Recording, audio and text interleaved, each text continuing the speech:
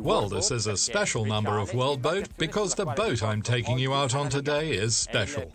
She's the biggest semi-planing fiberglass yacht ever built. She was constructed by an Italian shipyard, Tecnomar, and she's the Nadara 45. Yet again, Tecnomar has surprised us with its ability to design and build boats of any size, custom-made to the owner's requirements. This Nadara 45, 45 meters overall, is the tops in many ways. In her style, which is fascinating despite her dimensions, in the richness of her furnishings from a famous studio of stylists, and in her performance. Despite her displacement of 210 tons, she reaches 29 knots.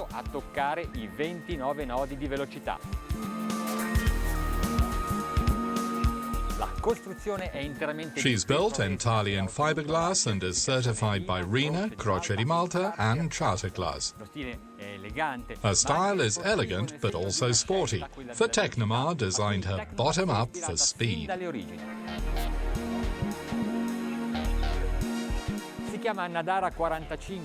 She's designated the Nadara 45 tri-deck, but these are just the external decks. There are also those below.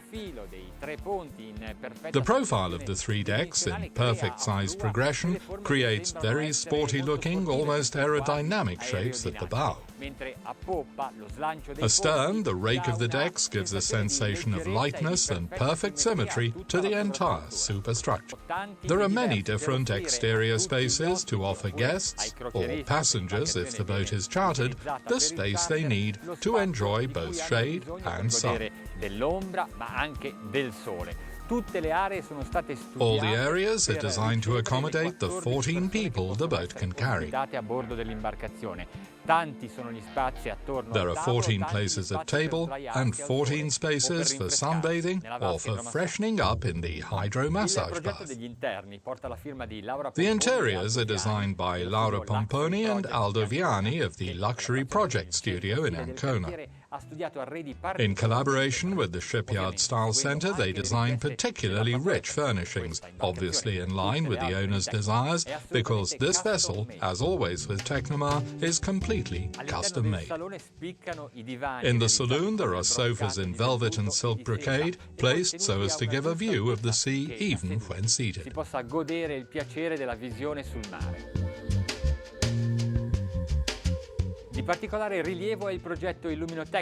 Notable is the lighting design, with wall lamps whose glass shades are covered in gold leaf and a sumptuous candelabra specially made by Swarovski, with a system of lenses that increases the effect of depth, but also brings the weight to 300 kilograms. Imagine the design problems involved in permitting its installation in the center of the saloon.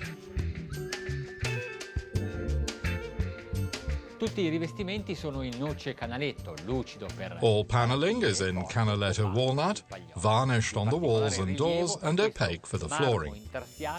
Particularly significant is this inlaid marble from the Middle East, richly worked, and even more interesting is the frame around the mosaic. The dining room accommodates all 14 guests and there is plenty of space for the waiters to pass round the sides of the table. Here too there are valuable furnishings, such as these Swarovski lamps and a table made to measure in Ferrara briar and rosewood.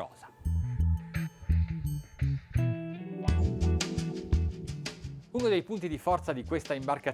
of the strong points of this vessel is her layout, which makes an area such as this, the galley, available also to the guests. It's elegant, refined, and equipped with all appliances, and guests can make their own cup of tea here. But there is also the galley for staff use, and the interesting thing is that both are in direct contact with the dining area. The fortunate guests on the Nadara 45 have 6 cabins, 4 with double berths and 2 with twin berths. The double cabins have the same area, same furnishings, a capacious wardrobe, and heads enriched by precious marble in the same tones used for the bedspread and seat cover.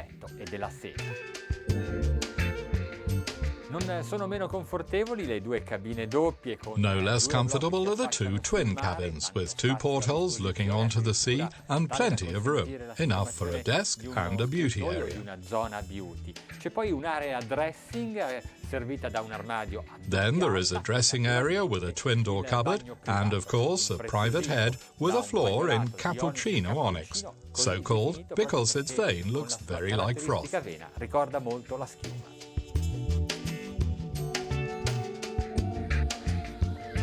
The entire forward part of the lower deck is dedicated to the crew.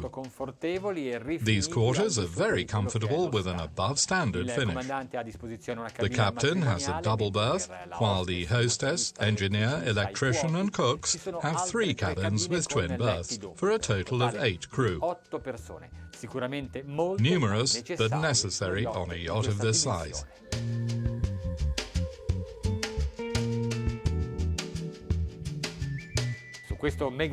The master suite on this mega yacht is so private it can only be reached from inside the boat in one way, using the lift. The third deck of the vessel is dedicated to the owner, who thus has private interior and external space. The cabin, which could better be called a bedroom, looks onto the sea through 2 windows, one on each side, while behind the bedhead is the helm. The owner's head is a true bathroom given its size. There is a bath and a shower, both with hydromassage. But the most valuable elements are a marble top, the floor with blue bahia and yellow sienna marble perfectly inlaid, and then a bas-relief of great value. After the wardrobes, we get to another area, again the owner's. A very large living area, furnished with a sofa that can be transformed into a double bed. What I like most is this desk, a position from which you can manage your business, perhaps via a computer satellite link, but above all, admire a view that can be different every day.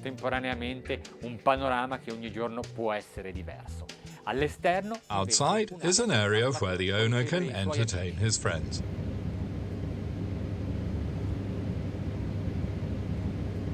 It's really thrilling to be at the helm of the Nadara 45. 45 meters overall, 8 in the beam, and a displacement averagely laden of about 210 tons. To drive this pleasure ship, this mega yacht, are 2 MTU 4000 series engines, 3,654 horsepower M90s.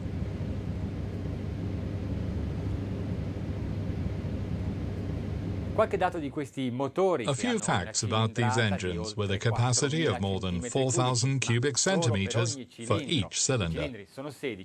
There are 16 cylinders, which, with a quick count, gives more than 65,000 cubic centimeters overall.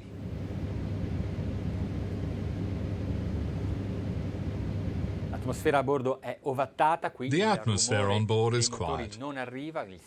The noise of the engines can't be heard, there was total silence. The cabin is also dark, so there are no reflections on the windscreen and visibility is perfect.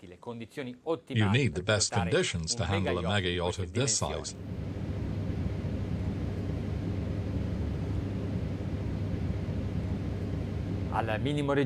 At minimum revs, 600 RPM, the vessel makes little more than 8 knots, but at 1200 RPM reaches about 13.5 knots.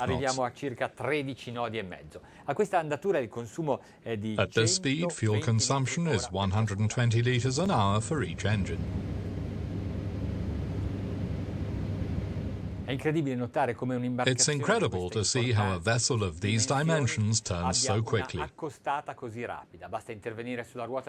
Just a touch of the wheel and the bow changes course immediately. Even avoiding an obstacle on such a large vessel becomes quite easy.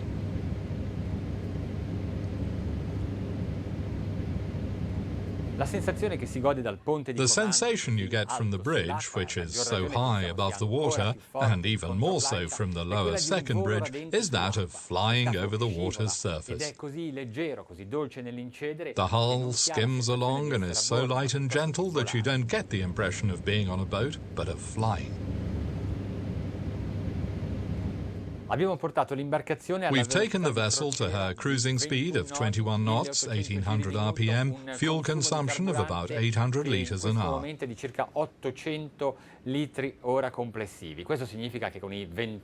This means that with full tanks of 28,000 litres, we have a range of 34 hours, about 700 miles.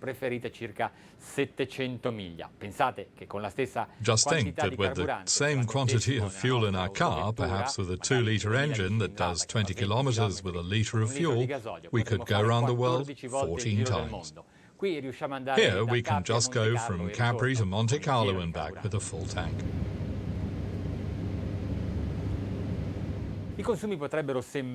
This consumption may seem high, but in reality it marks high efficiency, both from the hull and from the engines.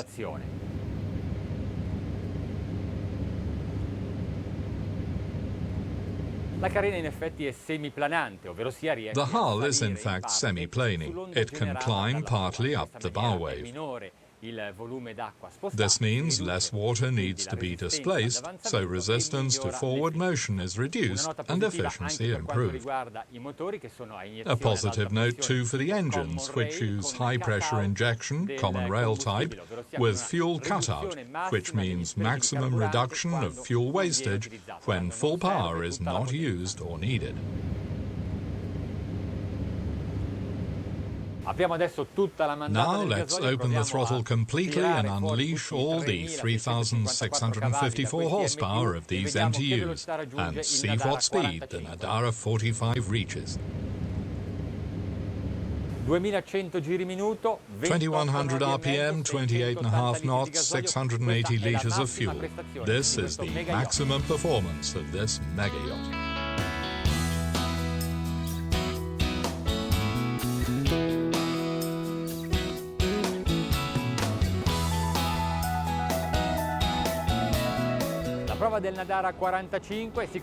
So that's the end of this test of the Nadara 45, and I admit I have no desire to step back on dry land. It was so pleasant being on this mega yacht.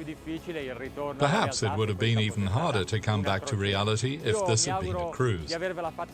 Well, I hope you had a dream of a time, and I'm happy to have shown you the pride of Italian shipyards.